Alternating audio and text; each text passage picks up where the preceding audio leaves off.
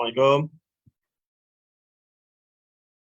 Waalaikumsalam warahmatullahi wabarakatuh. Kejap Ustaz ya. Kejap.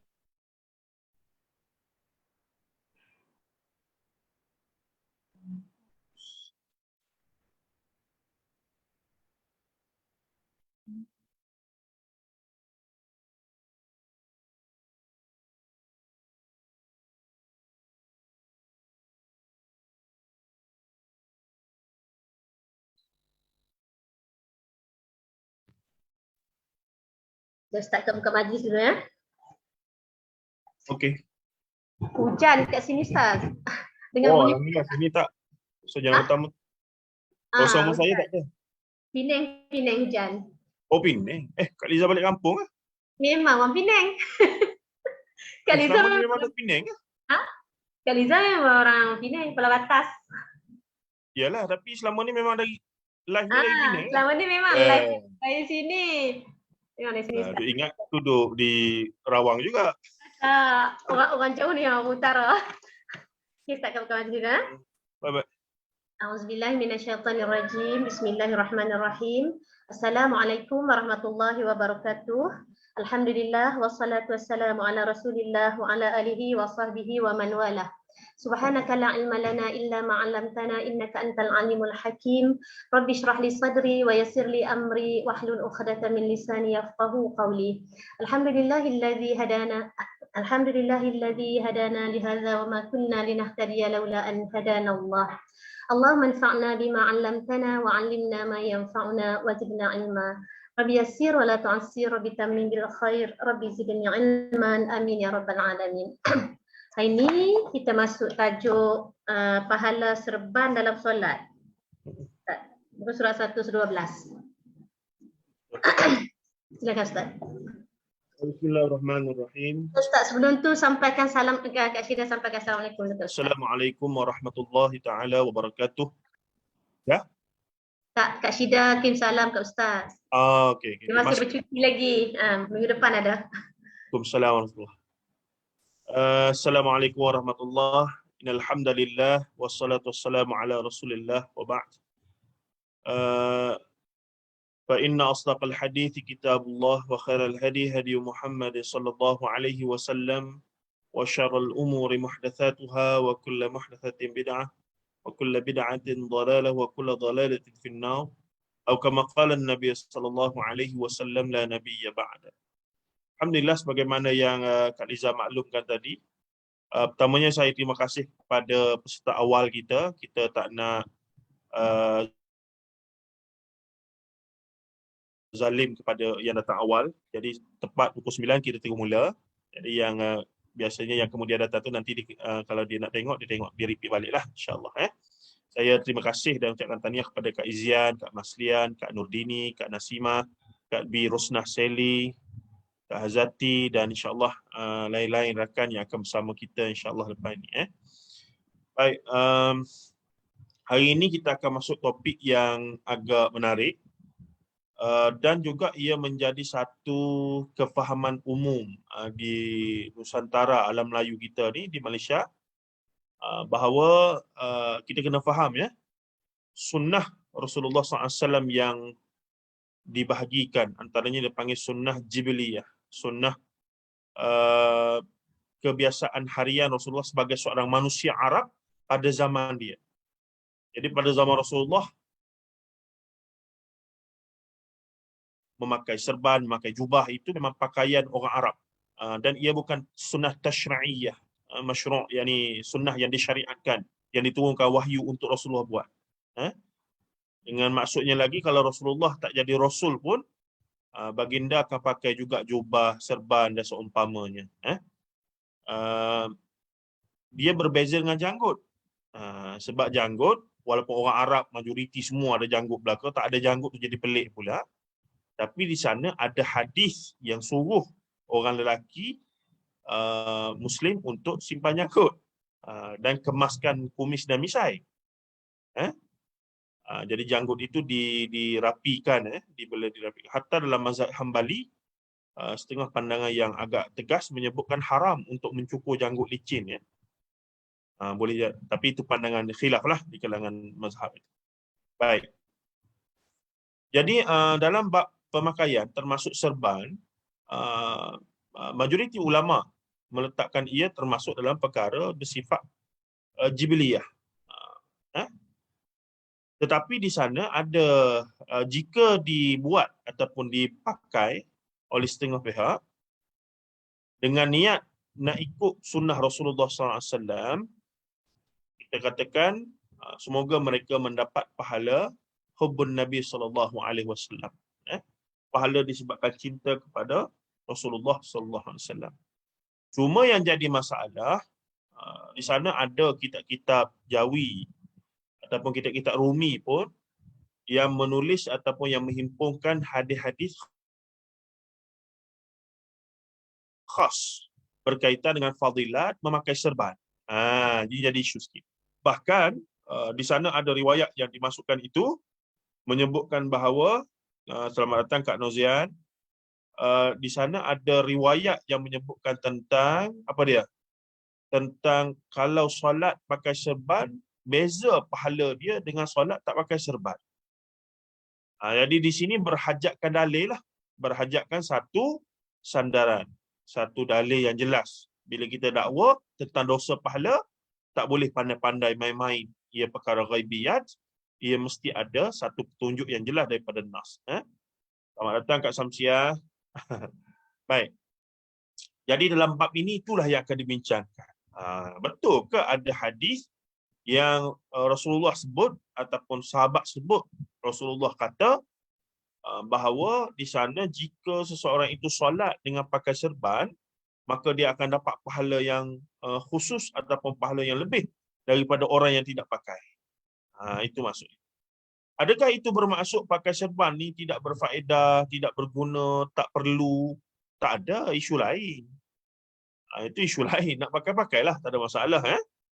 Cuma jika pakai itu dengan i'tiqad, keyakinan bahawa pakai serban tu ada pahala, kelebihan-kelebihan tertentu, maka ia berhajatkan kepada dalil. Berhajatkan kepada hadis-hadis Nabi SAW. Apatah lagi dalam kes ini, didakwa, bahkan sebahagian mereka beriktikad solat dengan memakai serban itu ada pahala lebih berbanding yang tidak pakai. Okey, baik, kita tengok perbahasan. Muka surat 112.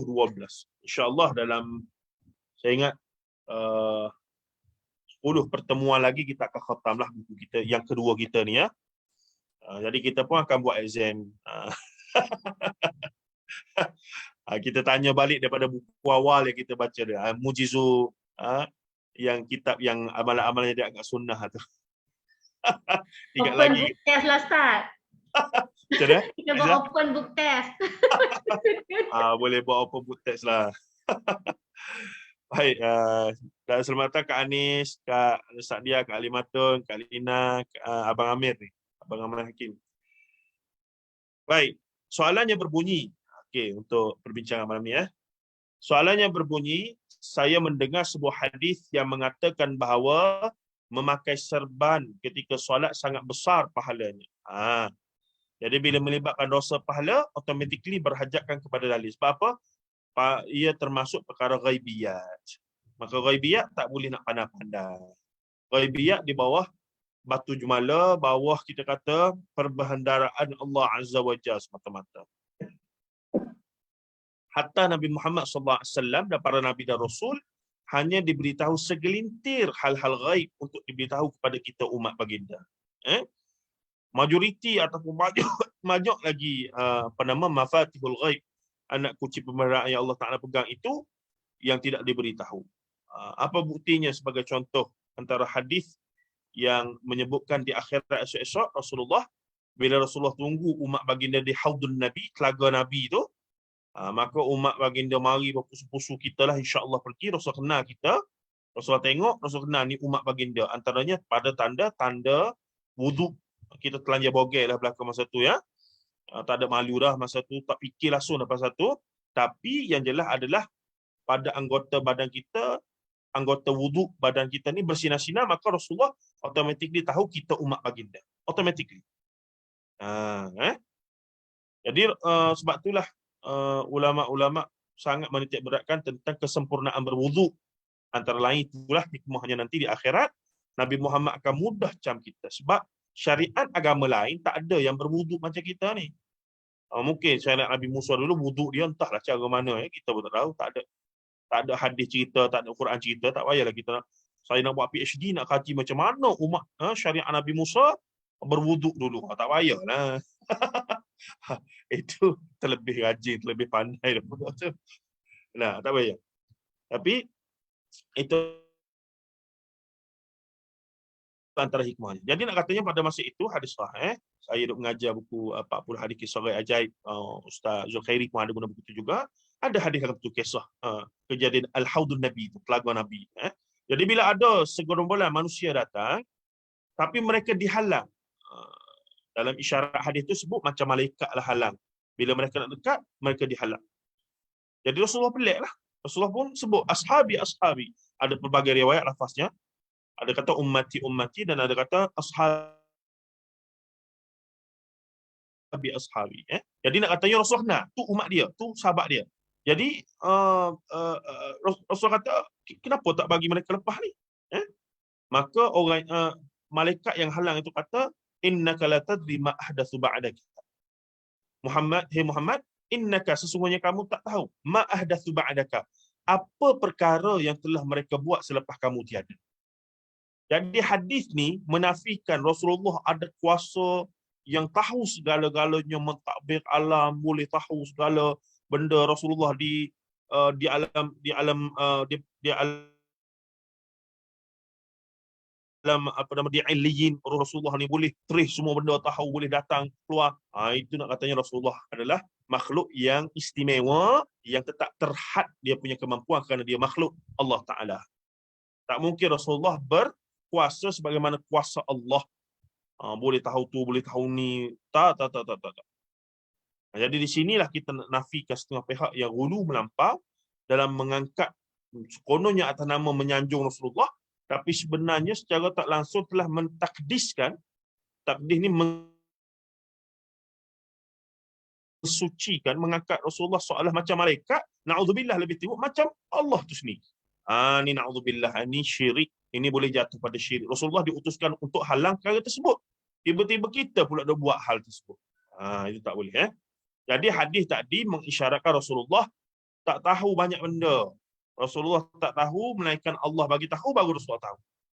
Jadi setelah Rasulullah wafat, bila ada sahabat-sahabat, maksud sahabat ni bukan akbaru sahabat, asghar,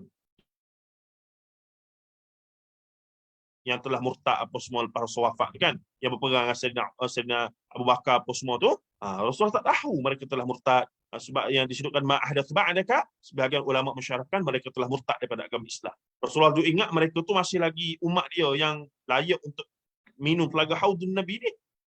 Rupanya malaikat kata dah, mereka ni tergolong orang yang murtad pada kamu dah. Lepas kamu mati, kamu tak tahu mereka buat apa ni. Jadi hadis ni sahih telah menafikan banyak dakwaan-dakwaan golongan sufi ulat melampau ini yang duk kata Rasulullah tahu semua benda, Rasulullah ada super power, Rasulullah boleh takbir alam, Rasulullah boleh ni. No. Rasulullah bukan Allah. Rasulullah adalah seorang Rasul flesh and blood macam kita, namun istimewanya dilantik khusus menjadi Rasul. Sebagaimana ada orang jadi Perdana Menteri, ada orang ni. Ni Allah sendiri lantik. Perdana Menteri kita lantik melalui majoriti pilihan raya. Kemudian dilantik proses. Rasul ni Allah sendiri lantik. Of course, istimewa lah. Tapi istimewa tu tidaklah menjadikan dia bukan lagi seorang manusia. Tidaklah menjadikan dia tu sebagai seorang malaikat. Seolah-olah. Ataupun lagi tengok seolah-olah macam dah jadi macam Allah. A'udzubillah min dzalik. Tak boleh. Laisa kamitslihi syai'. Tak mungkin Allah sama dengan apa-apa pun. Baik, kita pergi pada perbahasan. Jadi soalannya itulah. Jadi dia kata dia dengar ada orang kata ada hadis sebut pakai serban ni besar pahala dalam solat. Maka jawapannya oleh guru kami hafizahullah Ta'ala, serban ialah salah satu pakaian tradisional, tradisi bangsa Arab pada zaman Nabi SAW hatta pada masa ini sekalipun. Mereka memakainya untuk melindungi daripada cuaca panas dan sejuk, terutama betul? Uh, terutama apabila sedang bermusafir. Pakai serban sebab tu kalau nak kira pakai serban ni pahala Abu Jahal Abu Lahab pun pakai serban ya. Abu Jahal Abu Lahab pakai jubah, pakai serban, berjanggut. Tapi itu tidak menjadikan mereka itu sebagai orang yang soleh ataupun orang yang dijamin syurga, tidak. Pakaian ni Rasulullah tidak turun untuk mengajar kita berfashion, tidak. Tapi Rasulullah datang untuk mengajar kita prinsip dalam berpakaian. Apa dia? Tutup aurat dengan sempurna. Itu pakailah, nak pakai apa pun. Rasulullah tak mari suruh ajar kita pakai tudung bawal, tudung apa dia, apa nama sekarang macam-macam lah. Fazura punya tudung lah. Apa lagi? Bini itu tu, nama apa? Nelofa lah, macam-macam lah tudungnya. Tapi tak apa, baguslah dia. Mereka ke arah hodak lah, titik lah, kambing lah, macam-macam. Macam-macam jenama. Harga mahal-mahal pula tu dah. Tak apalah. Tapi at least ialah mereka berubah dan nampak itu peluang bisnes. 2 in 1. Semoga mereka berikhlas dan lebih bagus ke depan. Baik, daripada dia jual benda-benda lama dia tu, tu lagi baguslah, insyaAllah. Baik. Tapi nak katanya, Rasulullah mari, syariat Islam mari bukan ajar kita untuk berfashion, tetapi untuk berpakaian dengan sesuai. Namun tidaklah menafikan untuk berfashion, untuk cantik sekadarnya, tidak sampai ke tahap tabarruj. Tidaklah sampai tahap tu. Boleh je untuk pakai cantik, tapi masih lagi dengan sempurna menutup aurat. Baik. Dan ramai mereka di barat salah faham. Bila mereka pergi ke Saudi, mereka nampak hitam, mereka anggap itu Islam yang suruh. Tidak, itu budaya Arab. Dan sekarang ini pun dah makin terhakis. Dengan dia punya raja baru nak naik apa semua ni, lepas ni tak tahu apa jadi. Dan orang Arab ni kita tahu, orang Saudi, dia lintas saja dia punya lapangan terbang tu, kalau kita naik sekali, terkejut kita, mari mana ni tak ada hitam semua tiba-tiba, pakai singlet dah belakang. Maksudnya, benda itu adalah budaya. Begitu juga Iran. Kalau kita pergi Iran, hitam sebahagian besar. Tapi yang buka tu buka juga. Tu benda tu budaya bercampur dengan kefahaman agama, bercampur dengan kesolehan individu itu nak ikut tidak agama, dan seumpamanya. Baik, katanya lagi apa dia? Mereka memakainya untuk melindungi daripada cuaca panas dan sejuk, terutama apabila sedang bermusafir. Justru banyak hadis yang meriwayatkan bahawa Rasulullah SAW memakai serban. Ada sungguhlah, memang ada. Syekh Muhammad Asy-Shinqiti hafizahullah atau rahimahullah berpendapat bahawa memakai serban jika diniatkan untuk meneladani Rasulullah SAW, maka hukumnya ialah sunat, dapat pahala sunat. Siapa pakai dengan niat ikut Nabi, insya-Allah dapat pahala sunat. Bagaimanapun menurut Syekh Atiyah Saqar, Syekh Atiyah Saqar ni ulama besar Azhar, tiada perintah untuk memakainya dengan cara tertentu ataupun memilih warna tertentu. Sebab tu style pakai serban ni pun macam-macam jenis lah. Pergi Syria lain jenis, pergi Yaman lain jenis, pada tok guru pondok lain pula, tok guru tidak pondok lain pula. Jadi tak ada masalah, bebas. Tapi selagi pakai dengan niat untuk ikut Rasulullah, kata Syekh Muhammad Asy-Shinqiti, insya-Allah dapat pahala. Bahkan pahala sunat. Tapi kata Syekh Atiyah Saqar, tidak ada perintah khusus tentang perkara tersebut. Sebab dia pakaian harian. Nak perintah bendanya. Maka katanya lagi, tiada perintah. Semua ini terpulang kepada kehendak pemakainya.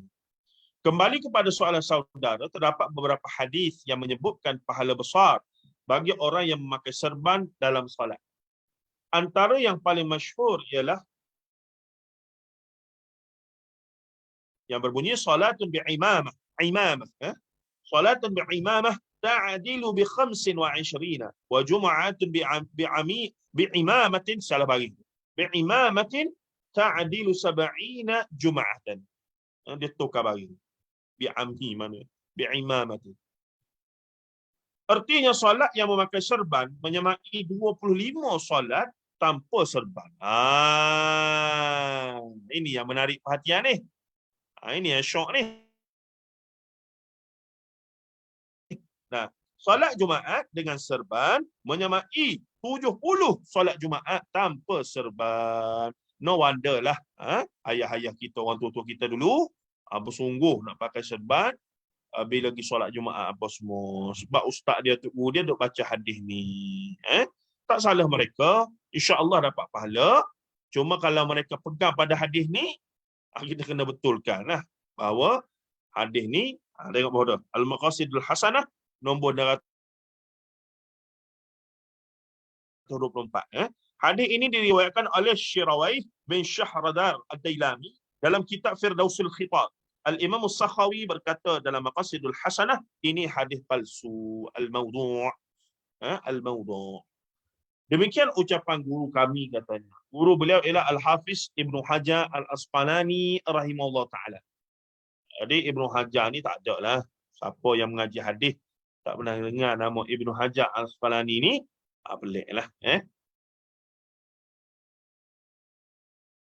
Baik. Mula Ali Al-Qari, ni ulama hadis besar daripada India zaman mutaakhir.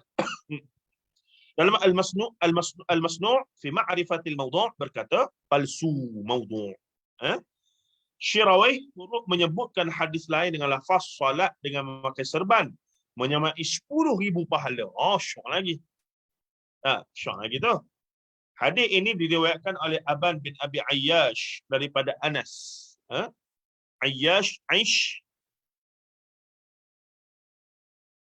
kehidupan hidup. Aisyah muannas lah. Aish bagi lelaki. Imam Muda Ashraf anak dia Aish. Itu je nama baju dia tu Aish. Siapa-siapa nak boleh anak menatu pula, anak cucu, cantiklah nama Aish tu. Muhammad Aish. Bunyi ganah lah sikit. Patut dia nak sebut payah. Aish. Orang tua-tua nak sebut kan payah kadang-kadang. Baik. Aban seorang perawi matruk. Di sini masalah riwayat. Ilmu riwayah perawi. Ada perawi yang matruk. Matruk apa dia? Perkataan taroka. Apa dia? Taroka? Kak Lina? Taroka? Ditinggalkan riwayat. Maksudnya itu isyarat hadis itu perawi itu bermasalah sekaligus telah mencacatkan seluruh nilai ataupun kualiti hadis tersebut. Jadi Aban bin Abi Ayyash ni memang masyhur lah. Hadis ada nama dia saja, automatically ulama hadis, ni masalah ni. Dia macam tercium terus dia. Tu sampai tahap yang dah betul-betul expert lah. Justru hadis ini terlalu dhaif ataupun dhaif jiddan untuk menjadi pegangan yang bersabit pahala apa semua. Jangan tertipu apabila menemui hadis kategori kami ini dalam kitab-kitab fiqh. Sebahagian ahli fiqh memang menyebutkan hadis ini dalam kitab-kitab mereka. Ini masalahnya.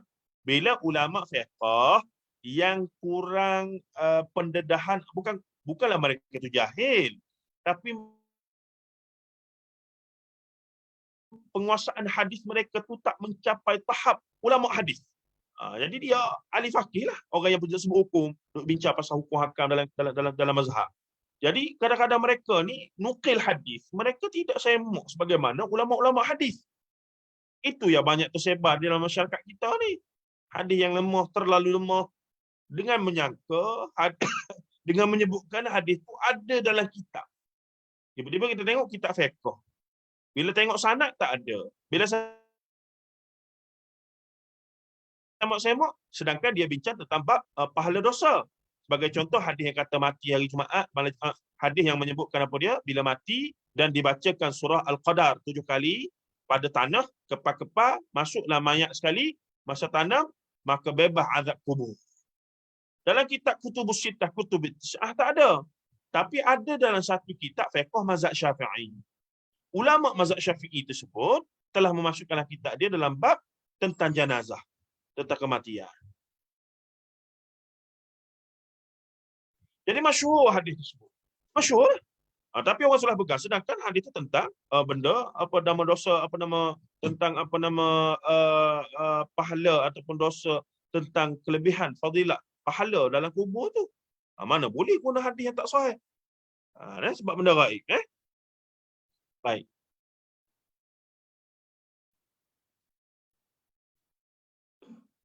Baik, seterusnya katanya lagi.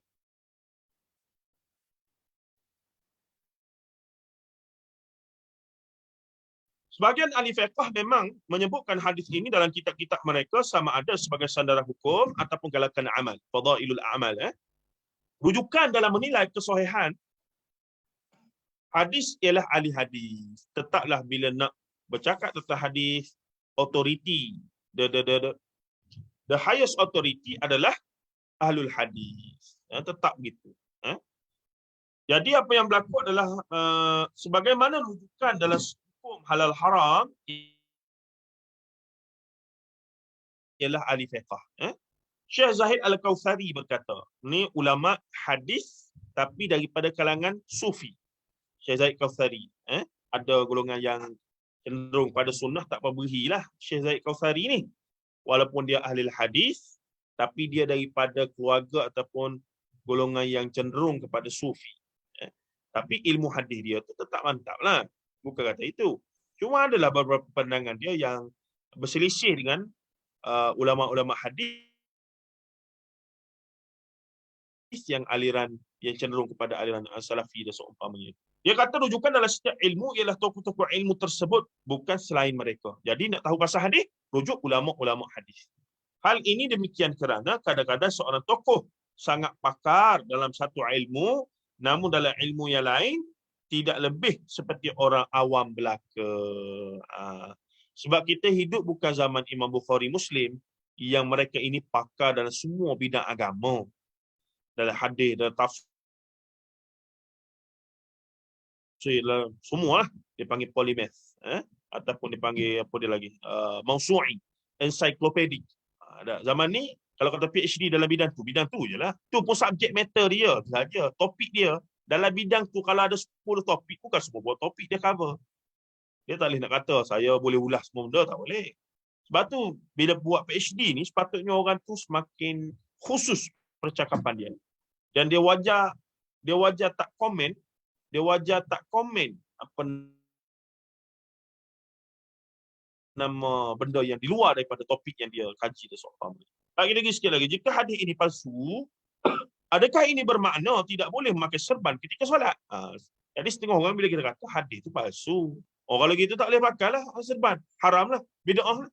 La ilaha illallah. Apa benda? Ada. Jadi kena bahasa tu ataupun apa nama? Pendekatan tu kena bijaksana lah.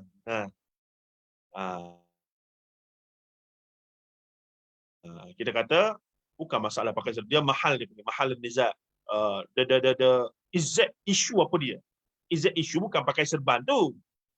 Isunya adalah, yang sebenar adalah i'tiqad pakai serban dapat pahala sekian-sekian. Itu isunya. So kalau nak pakai serban dengan faham kata tak ada pahala khusus. Cuma kalau niat ikut sunnah Nabi, ada ulama kata insya-Allah dapat pahala sunnah. Okeylah. Tapi kalau kata pakai, ni sekali solat Jumaat ni sama dengan 70 kali, tahu tak? Nabi sebut. Tengok. Tak boleh lah kita. Bila dia sebut kata solat pakai serban ni, tahu tak pahala 70 kali ganda. Nabi sebut begitu, tahu tak? Itu maksudnya dia telah sandar pada hadis palsu. Gitu. Baik. Bukan seperti itu kata guru kami. Hadis yang menyatakan pahala memakai serban dalam solat memang palsu, tetapi bukan bermakna kita tidak boleh memakai serban dalam solat. Maka ramai pun ulama yang pakai. Tapi ramai juga ulama tak pakai. Satu masa di Malaysia, di alam Melayu ni, ulama-ulama aliran tradisional pondok ni memang pakai serban belaka lah. Nah, bahkan kalau pakai pakaian yang agak sama dengan British pada ketika itu, bahkan disebut sebagai pakaian kafir lah. Tapi dia apa nama kereta dia naik, kereta api dia naik, tu tak ada masalah. Itu tak kapir mana. Yang kapir kalau pakai kod, necktie, tu kapir.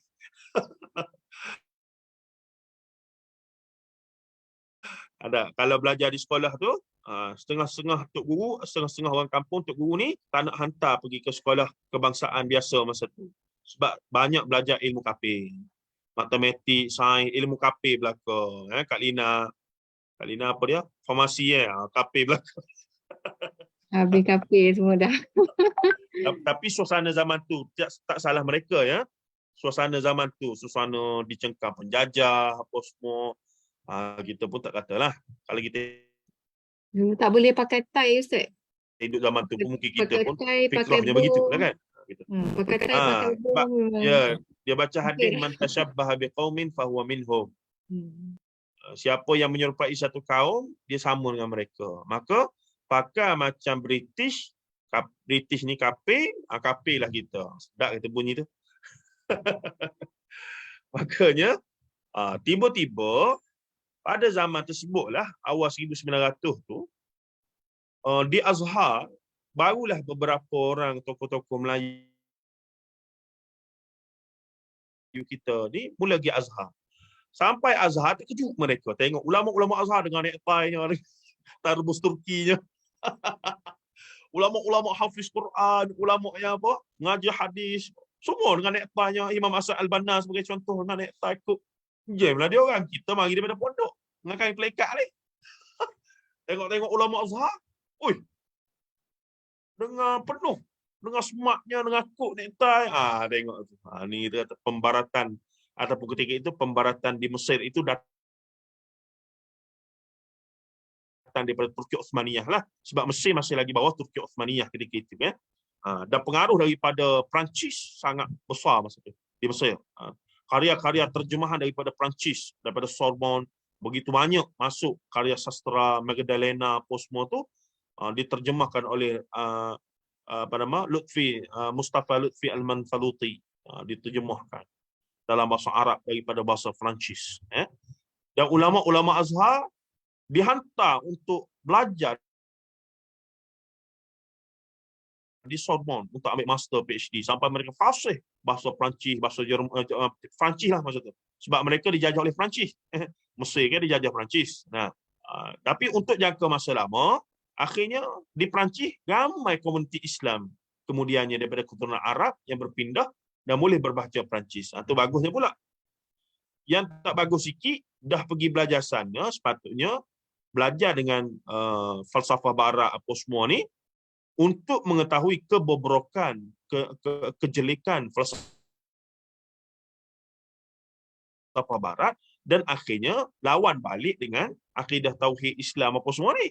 Tapi ada yang pergi sana terpesona dengan kehebatan, tersilau dengan kehebatan ketamadunan. Tengok kehebatan mereka duk bincang falsafah apa semua, teknologi, sains. Mereka kekaguman itu menyebabkan mereka inferior lah. Balik tengok Mesir, di Azhar tu sambil belajar agama duk kecing tepi dinding gitu lagi tu. Jam dia kata. Pergi ke sana tengok tertibnya, teratur begini pakaian. Dia jadi macam konflik jugalah. Ada beberapa rihlah yang menarik Syekh Muhammad Abduh. Antara masyhur disebut apa dia? Syekh Muhammad Abduh. Aku pergi ke barat, aku tengok Islam tanpa umatnya. Aku pergi ke negara Islam, aku jumpa umat Islam tanpa Islamnya. Begitulah lebih kurang kritikan dia pada masa itu. Sekejap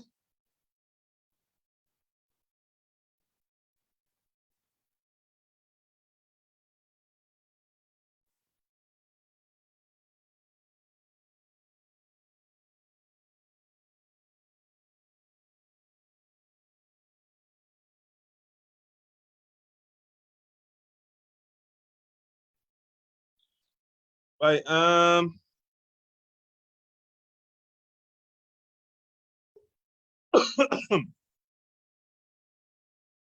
jika kita ketepikan hadis ini, terdapat dalil lain yang boleh digunakan untuk menggalakkan memakai serban ketika solat. Tak buka video saja. Okey.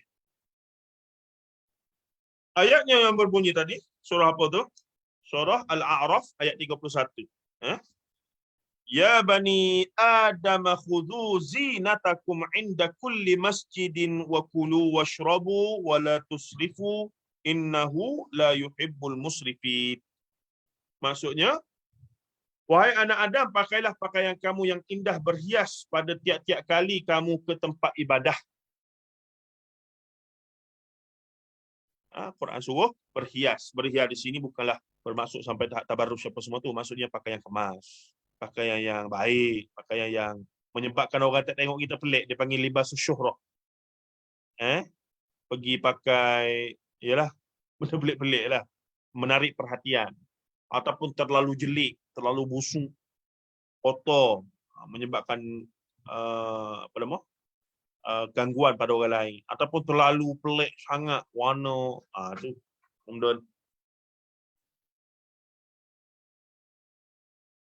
Kemudian katanya lagi, dan makanlah serta minumlah dan janganlah kamu melampaui batas, wala tusrifu, sesungguhnya Allah tidak suka orang-orang yang melampaui batas. Surah Al-A'raf ayat 21. Ramailah ustaz-ustaz guna ayat ni, dia kata haji-haji yang ada khitab besar-besar, apa mencedih apa semua tu, nak mari masjid pakai khitab besar-besar. Dia kata, sebab apa? Sebab kita ni hidup di bandar ni, kawasan orang bukan Islam ramai. Jadi bila mereka tengok ramai, macam sedihnya, Volvo-nya apa semua ni, kereta-kereta besar ni mari semaya, mereka pun kata pada dia, mereka kata hebat orang Islam ni. Dah, ya ke gitu? Tahulah saya tak setuju mana lah ya. Tapi kalau sebagai kenderaan semata-mata tak ada masalah lah. Nah, itu je kereta yang ada. Takkan lagi jalan kaki. Betul tu. Nah, tapi adalah saya pernah aja, wallahu alam ustaz tu joking ke, tapi betul ke? Tapi dia hurai ayat ni gitu dia kata. Kebetulan kawasan dia ceramah tu tadi kawasan orang kaya pada Datuk ke. Dia sebut kita lah. Mari bawa tu kereta besar-besar tu parking depan masjid. Biar orang bukan Islam tengok, hebat orang Melayu Islam kita. Begini. Kata ya ke lagu tu? Lama juga saya nak proses. Adakah Nabi dulu mari parking unta merah dia apa semua di masjid? Unta-unta kuda kan. Allah. Baik. Cuma adalah Ibnu Katsir berkata, Al-Imam Ibnu Katsir berkata, oleh sebab ayat ini dan hadis-hadis yang semakna dengannya disunatkan berhias ketika solat, terutama solat Jumaat dan hari raya. Yang disunatkan berhias ketika solat, terutamanya solat sunat dan berhari raya. Berhias di sini enggak maksud pakaian yang terbaik, yang paling smart bagi lelaki lah, yang nampak neat lah, nampak kemas. Tidaklah serebel. Pada gaya apa semua. Serban ialah salah satu bentuk perhiasan dan pakaian indah. Justru ia termasuk dalam perkara yang sunat dipakai ketika hendak solat. Imam Ar-Rafi'i rahimahullah berkata dalam Syarah Al-Wajiz, digalakkan seseorang melakukan solat dengan memakai baju terbaik yang ia miliki, juga memakai serban, baju panjang dan selendang. Ini disebut, tengok nota kaki itu, Fathul Aziz bi Syarhil Wajiz. Kemudian katanya sebagaimana ucapan Ibnu Katsir,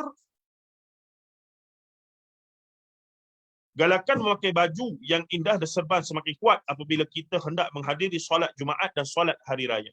Lebih-lebih lagi bagi seorang imam.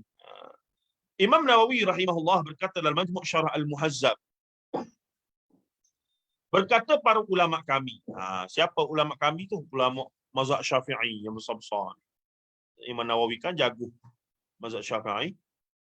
Selain mandi Jumaat, disunatkan untuk membersihkan tubuh dengan menggunting kuku, bulu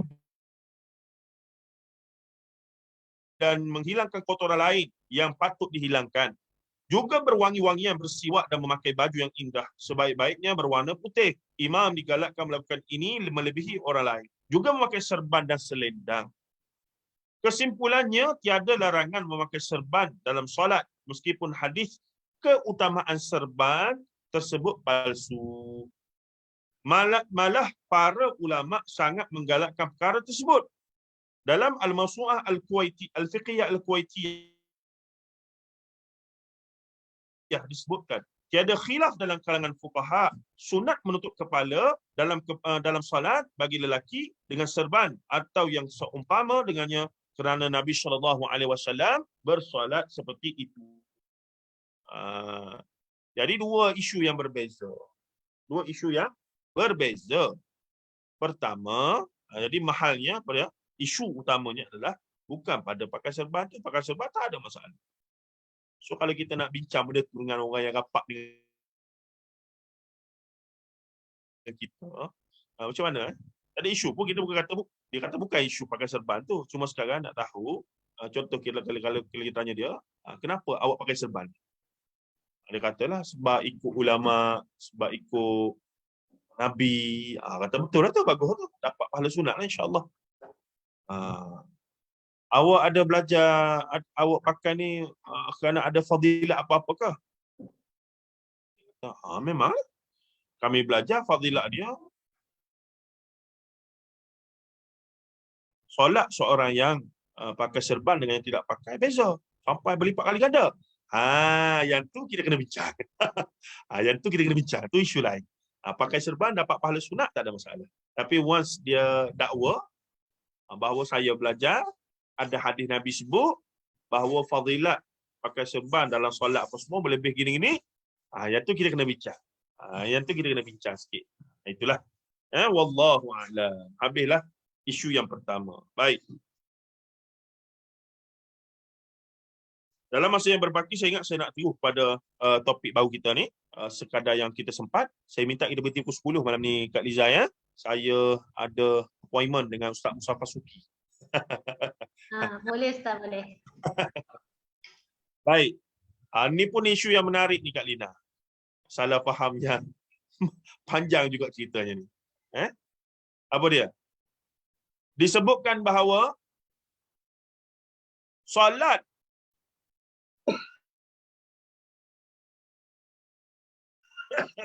orang yang sudah berkahwin ni, masa kita bujang dulu ramailah kawan-kawan yang dah kahwin apa semua ni, dia dah kurang benda ni lah. Rugilah kamu tak kahwin lagi kan. Solat kamu beza dengan kami. kami dah kahwin ni pahala lebih sikit. Ya ke benda tu? Tapi benda tu masyhur tu. Agak tersebar lah di kalangan anak-anak muda lah khususnya ya. Kita zaman saya remaja-remaja dulu pun kuat banyak jugalah dengan benda ni. Betul ke benda tu? InsyaAllah kita akan tengok mukadimah teaser dulu lagi ni kalau tak sempat. 15 minit ni macam sempat, tapi tengoklah. Jadi soalannya berbunyi, benarkah solat orang yang sudah bernikah lebih afdal daripada solat orang yang masih bujang? Saya sering mendengar perkara ini dalam ceramah agama. Betul lah. Siapa ceramah tu? Ustaz-ustaz lah ceramahnya. Ustazah. Mereka dapat daripada mana? Daripada ustaz-ustaz mereka. Ustaz-ustaz mereka tu dapat daripada mana? Daripada ustaz-ustaz mereka. Begitu. Nah, kalau tanya betul ke ada hadisnya? Dah tahu nak jawab. Baik, adakah hadis yang berkenaan, ada wujukkah hadis yang berkaitan hal ini? Maka jawapannya beberapa hadis telah diriwayatkan daripada Nabi SAW yang kononnya menyebutkan perkara demikian. Akan tetapi kesemuanya sangat lemah dan tidak boleh dijadikan hujjah. Tu dia. Muqaddimah Dr. Umar tu bagi kesimpulan bahawa kesemua dakwaan hadis-hadis yang dok kata begitu tu semuanya sangat lemah dan tidak boleh dijadikan hujjah. Sebahagian daripada riwayat-riwayat itu bahkan tanpa diragui adalah palsu. Berikut saya sebutkan 2 hadis daripadanya. Contoh. Hadis pertama diriwayatkan oleh Mujashi bin Amr daripada Abdul Rahman bin Zaid bin Aslam daripada bapanya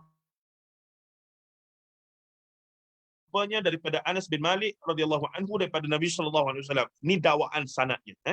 Yang berbunyi raka'atani minal mutazawwiji afdalu min 70 raka'atan minal a'zab. 2 rakaat orang yang telah menikah lebih afdal daripada 70 rakaat orang yang membujang. Tu dia 70 nah. Nah, bukan main.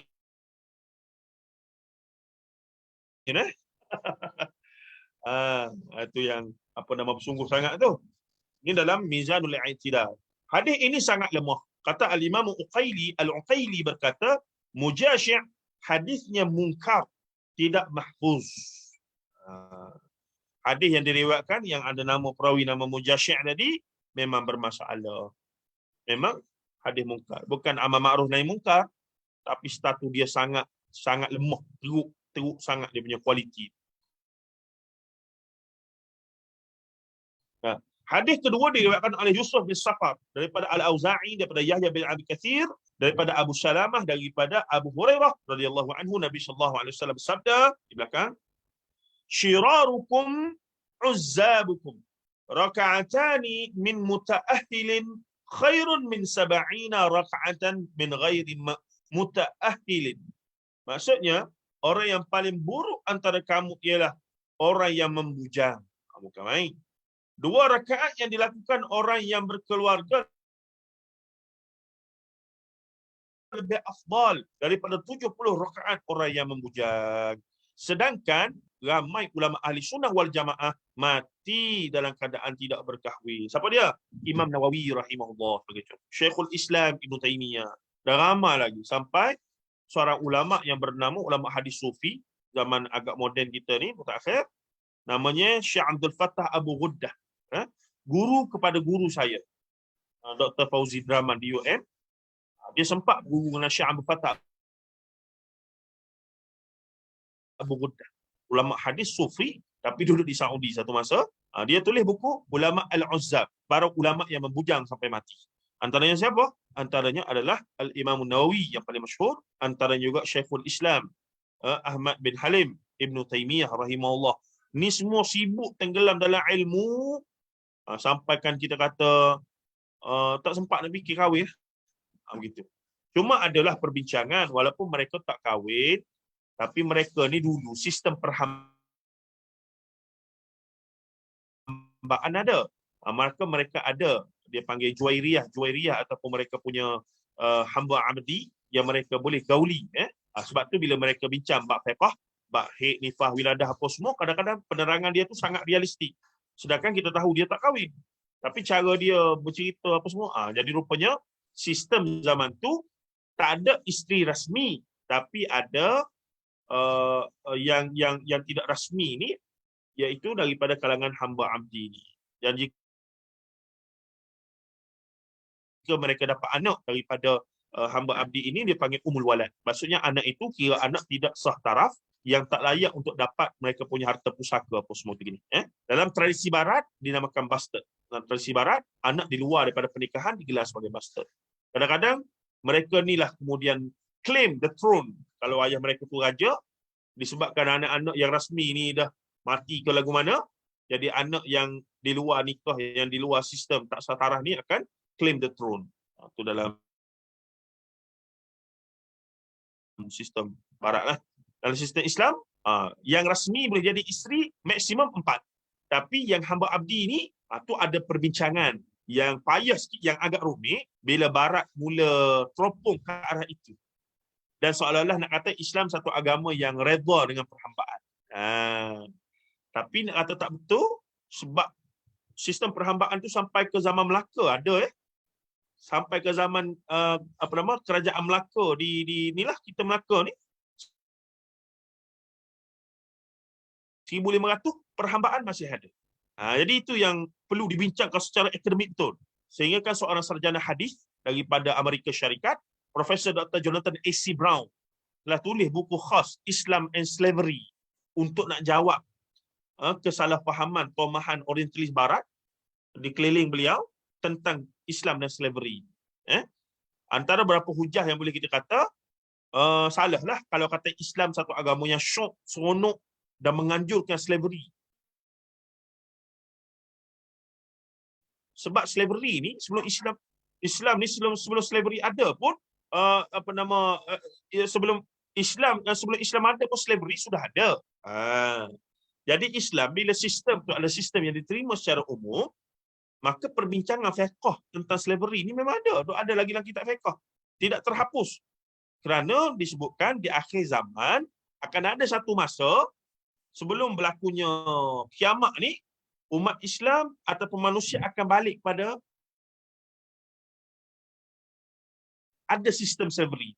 Dan perbincangan hukum dalam slavery ini dibincangkan pada hari ini yang semua manusia merdeka moden berlaku ni adalah dalam human trafficking. Apa ni human trafficking? Penyeludupan manusia. Tu yang satu orang yang kena colek di rumah di Wakaf Baru dibawa ke, itu cerita lain lah. Tapi nak katanya hukum tentang slavery ini digunakan hukum menjual orang merdeka. Sebab slavery boleh berlaku bila berlakunya peperangan, rampasan perang. Maka mereka dijadikan rampasan perang, maka mereka akan dijadikan hamba abdi lah dan seumpamanya. Baik, itu perbincangan yang sangat akademik, sangat rumit, dan kita saya rasa di Malaysia ni nak bincang di seorang masjid tak bersedia lah. Tapi bagi kita yang nak tahu benda tu menarik lah. Dan sources banyak. Siapa yang boleh bahasa Inggeris dengan bagus, boleh saja type Slavery in Islam dalam YouTube. Jonathan E.C. Brown, banyak perbincangan dia dengan cukup akademik dan very interesting. Sebab kita tak bincang benda ni di seorang masjid secara terbuka. Hatta di universiti pun mungkin tak bincang sangat. Sedangkan ia antara benda yang menarik lah untuk, sebagai nilai tambah. Baik, lagi kita pergi sikit lagi. 10 minit lagi ada tu. Orang yang Abu Zur'ah dan An-Nasai berkata Yusuf bin Safar matruk hadisnya. Kita jumpa lagi istilah matruk. Matruk hadisnya, yakni hadisnya ditinggalkan. Al-Bukhari berkata beliau pernah berdusta. Tu dia. Tak fiqah lah. Syarat fiqah tu tidak ada pada dia tu. Maka Ibn Jauzi, Al-Imam Ibn Jauzi rahimahullah, Abul Faraj Ibn Jauzi dan ulama hadis lainnya menilai kedua-dua riwayat itu palsu. Palsu. Namun secara kenyataan kita dapat memahami kebenaran hadis tersebut. Orang yang sudah bernikah biasanya lebih khusyuk dalam solatnya kerana tidak lagi runsin memikirkan soal jodoh. Ini pun ada benarnya juga. Ini pun ada betulnya juga. Dalam perbincangan tentang hadis, faktor yang menjadi perhatian utama adalah kesahihan nisbah riwayat tersebut kepada Nabi SAW. Bila kamu kata Nabi kata, tu isunya. Kalau kamu sekadar kata ada kata-kata hikmah, tak ada masalah. Ada tu ayah mana bagi tahu, tu tak ada isu. Tapi bila kamu kata, Nabi kata ni, itu jadi masalah. Itu akan ditanya, mari daripada mana? Sahih ke tidak? Siapa yang riwayat? Mana sanad dia? Banyak soalan. Sebab hadis Nabi itu adalah agama. Kalau tak jaga hadis Nabi, runtuhlah agama ini. Sebab itulah orang klaim macam-macam Nabi itu, Nabi begini. Kita risaulah, kita risau. Baik, katanya lagi dalam perbincangan tentang hadis tadi, kita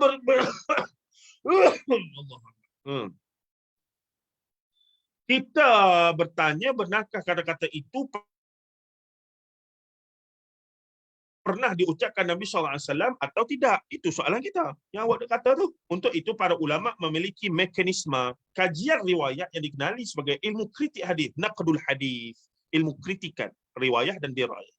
Kajian yang dijalankan dalam ilmu ini sangat teliti dan komprehensif sehingga diiktiraf benar-benar dapat menjaga keaslian hadis daripada sebarang pemalsuan dan kesilapan. Dia ada teori-teori kerangka. Dia ada semacam satu formula, satu kita katakan sifir yang kalau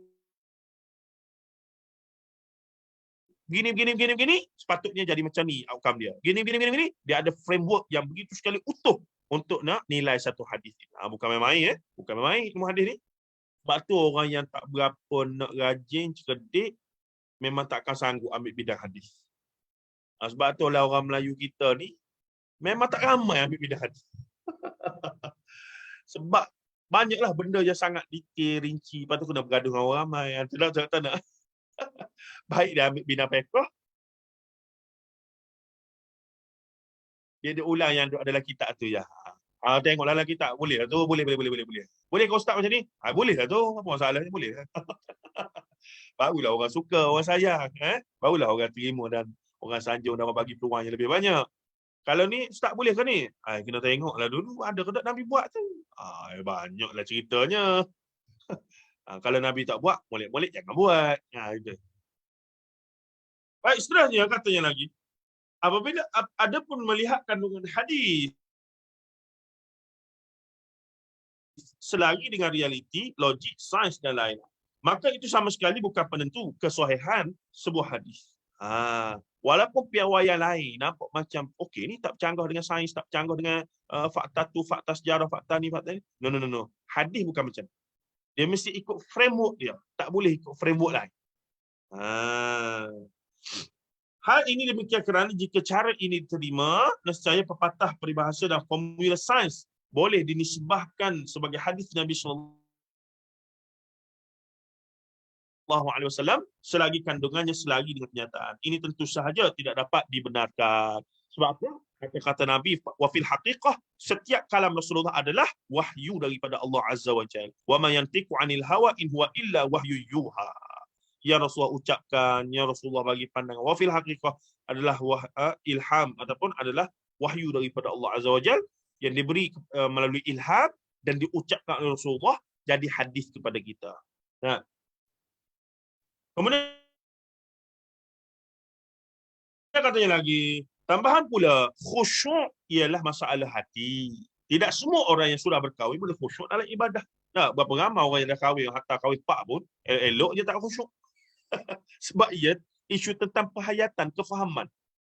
Kita punya feeling, kita kata, apa nak kata ya?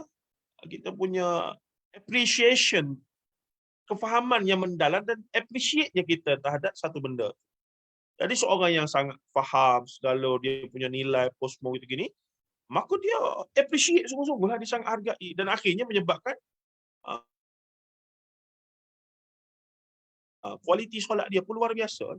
Dia hargai sungguh momen-momen itu. 10 minit, 5 tak sampai 10 minit lah kita solat. Ada orang solat 10 minit, 4 rakaat. Mana ada panjang tu.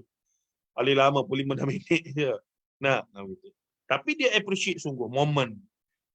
Seorang ulama zaman ni, tapi meninggal di USA, nama dia Taha Jabir Al-Alwani rahimahullah ta'ala. Ni satu batch lah dengan Syekh Dr. Yusuf Qaradawi rahimahullah ta'ala. Syekh Taha Jabir Al-Alwani. Anak dia pernah jadi pensyarah di UIA apa semua. Dr. Mazli Malik pergi jumpa dia bawah satu NGO Triple IT, duduklah satu conference lah. Jadi masa jumpa tu Syekh telah uzur dan Syekh Dr. Taha Jabir Al-Alwani masa itu tak boleh dia solat atas kursi je. Dia solat atas kursi tu dia punya sedih sampai dia buat syair dalam bahasa Arab betapa dia rindu untuk letak dahi di atas tanah. Betapa dia rindu untuk sujud macam dia sihat dulu. Sekarang ni dia kata tak larat, tak mampu. Allah, dia merintih dalam syair dia, betapa aku rindukan saat kepalaku ni dahi dia letakkan sama rata dengan kaki, dengan lutut dan punggung lebih tinggi daripada dahi aku. Kalaulah kita memahami dia punya ungkapan itu ya. Tapi kita, setengah daripada kita mungkin tak rasa sebab kita tak appreciate sebagaimana yang dia appreciate. Dia bila dia appreciate, dia faham kualiti kepentingan benda tu. Akhirnya bila dia solat dalam keadaan rukhsah, dia ambil yang syariat benarkan, dia rasa begitu sekali hilang kehilangan. Dia berasa sekali kosong, maksud bukan kosong, tak lengkap, tak sempurnanya kerana lamanya dia tak mampu untuk sujud di atas lantai ni. Tu sampai tahap tu. Kalau kita sampai tahap tu insya-Allah lah. Kita punya nilai tu insya-Allah lain lah di sisi Allah Taala tu insya-Allah. Baik, sikit lagi pergi untuk habiskan perenggan ni. Jadi tidak sedikit antara mereka yang rusih fikirannya kerana memikirkan nafkah. Orang kahwin ni lain pula dia punya rusihnya. Nak khusyuk tapi Allah Mari begitu, mari begini. Ni berhenti kerja ni lagu mana pula ni? Hari ni hari lah ni. Ada. Lepas ni rezeki macam mana begitu begini. Jadi ke plannya kononnya anak sebulan 2 ni sudahkan PhD. Jadi ke plan tersebut. Macam mana tu dah? Tapi insyaAllah lah. Minta doa belah belakang ya. Satu saja saya minta supaya perjalanan PhD saya berakhir dengan baik dan bolehlah kerja yang bagus sikit untuk settlekan anak isteri saya yang agak ramai juga ni. 5, bukan isteri ramai, anak 5 orang. Jadi itu je lah. Kemudian saya nak fokus. Sebenarnya 10 tahun dulu saya punya plan, saya sambung master PhD, dan bila ada PhD saya nak mengajar secara sambilan saja. Saya nak mengajar sambilan di Universiti OUM apa semua, dan masa lain saya nak fokus menulis buku-buku penting. Setahun ada satu buku yang kita kata kalau keluar tu membagi impak. Jadi ia perlukan kajian, dia perlukan satu. Bukan main tulis-tulis Facebook kemudian keluar buku, bukan begitulah. Jadi saya dah mulakan dengan Israiliyat, Hadis Maudhu' dan Fitnah Sirah, Dialog Melayu, Khurafat Tahayyul. Itu semua untuk macam satu sumbangan pemikiran untuk saya kata memberikan satu kita kata alternatif penyelesaian isu-isu yang ada dalam masyarakat kita. Dan pastilah tak selesai, tapi itulah kerja. Wallahu alam para ilmuwan sarjana ulama ni, walaupun kita tidak begitu, tapi sikit sebanyak kita cubalah menyumbang 10%. Mungkin 1% saja sumbangan saya tu.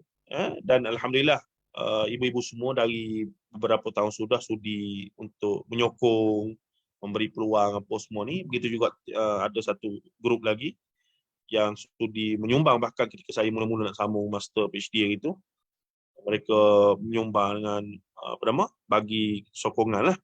Itu saya sangat appreciate. Dan semoga setiap apa yang saya tulis, buku apa semua tu, ada bahagian antum semua di akhirat kelak. Tiba-tiba ada bonus daripada tulisan Ustaz Zainuddin. Tu Allah, gembiralah saya ya. Gembiralah sungguh. Baik. Okey, peringatan akhir. Syekh Abdul Fattah Abu Ghuddah, ni saya dah sebut tadi. Syekh Abdul Fattah Abu Ghuddah, seorang pakar hadis dari Syria, Sufi dia, pernah menulis sebuah buku yang menghimpunkan kisah-kisah para ulama yang membujang seperti Imam Nawawi, Ibn Taimiyah dan lain-lain. Buku itu bertajuk Al-Ulama Al-Uzzat Alladhina Atharu Ilma Al-Zawaj. Para ulama yang bujang yang memilih ilmu daripada berkahwin. Wallahu a'lam di situ. Cuma nak cerita satu benda. Dalam bab majlis ilmu ni, insya-Allah keberkatan dan pahalanya yang luar biasa sebagaimana hadis-hadis sahih yang banyak. Dan ini telah ditunjukkan secara live ya oleh Sahibul Fadil YB Senator Datuk Dr. Zulkifli Muhammad Al-Bakri hafizahullah taala. 2 hari lepas anak kedua beliau meninggal kanser, Hamad bin Zulkifli. Pagi tu masa nak mandikan dalam pukul 9.45 tu, pukul 9 tu dia mengajar lagi. Saya duk fikir pocik ni biar betul. Pening saya fikir. Tapi dia pun mengajar dalam keadaan yang agak, yalah, dia pun memang slow dan steady macam tu kan. Tapi kita tengok dia kata kemuliaan majlis ilmu sebagaimana ulama salaf terdahulu, walaupun ada kematian apa semua, mereka tak tangguhkan majlis ilmu. Kerana wallahu alam kita ni pahala dosa amal soleh tak berapa banyak, kita tak tahu, mungkin kerana sedikit macam ibu-ibu sekalian yang sudi untuk provide masa wang ringgit untuk ilmu kelas-kelas macam ni. Wallahu alam kita tak tahu, inilah antara yang dikira amal soleh terbesar dalam banyak-banyak amal soleh kita. Inilah amal soleh yang terbesar rupanya di akhirat kelak dinilai di sisi Allah Ta'ala. Wallahu alam kita tak tahu. Saya yang mengajar, ibu-ibu sekalian yang mendengar, saya tukang baca, semua ada bahagian masing-masing. Tapi perlulah yang pertama ikhlas, yang kedua benar-benar ittiba'us sunnah, yakni menyampaikan apa yang tepat dengan Al-Quran dan sunnah Nabi sallallahu alaihi wasallam. Wallahu alam. Kita berhenti situ Kak Liza. Saya keluar terus ya. Boleh Ustaz. Silakan. Terima kasih Ustaz. Jazakallah khairan. Terima kasih Ustaz. Assalamualaikum Terima kasih warahmatullahi Ustaz. Assalamualaikum. Ustaz tunggu bono ha. Kak ya, Ustaz ada appointment tu. Ustaz nak jumpa dengan Ustaz Mustafa. Jadi tu yang Ustaz keluar Ustaz nak habis cepat tu. Jadi alhamdulillah, terima kasih semua. Kita akhiri dengan tasbih kafarah.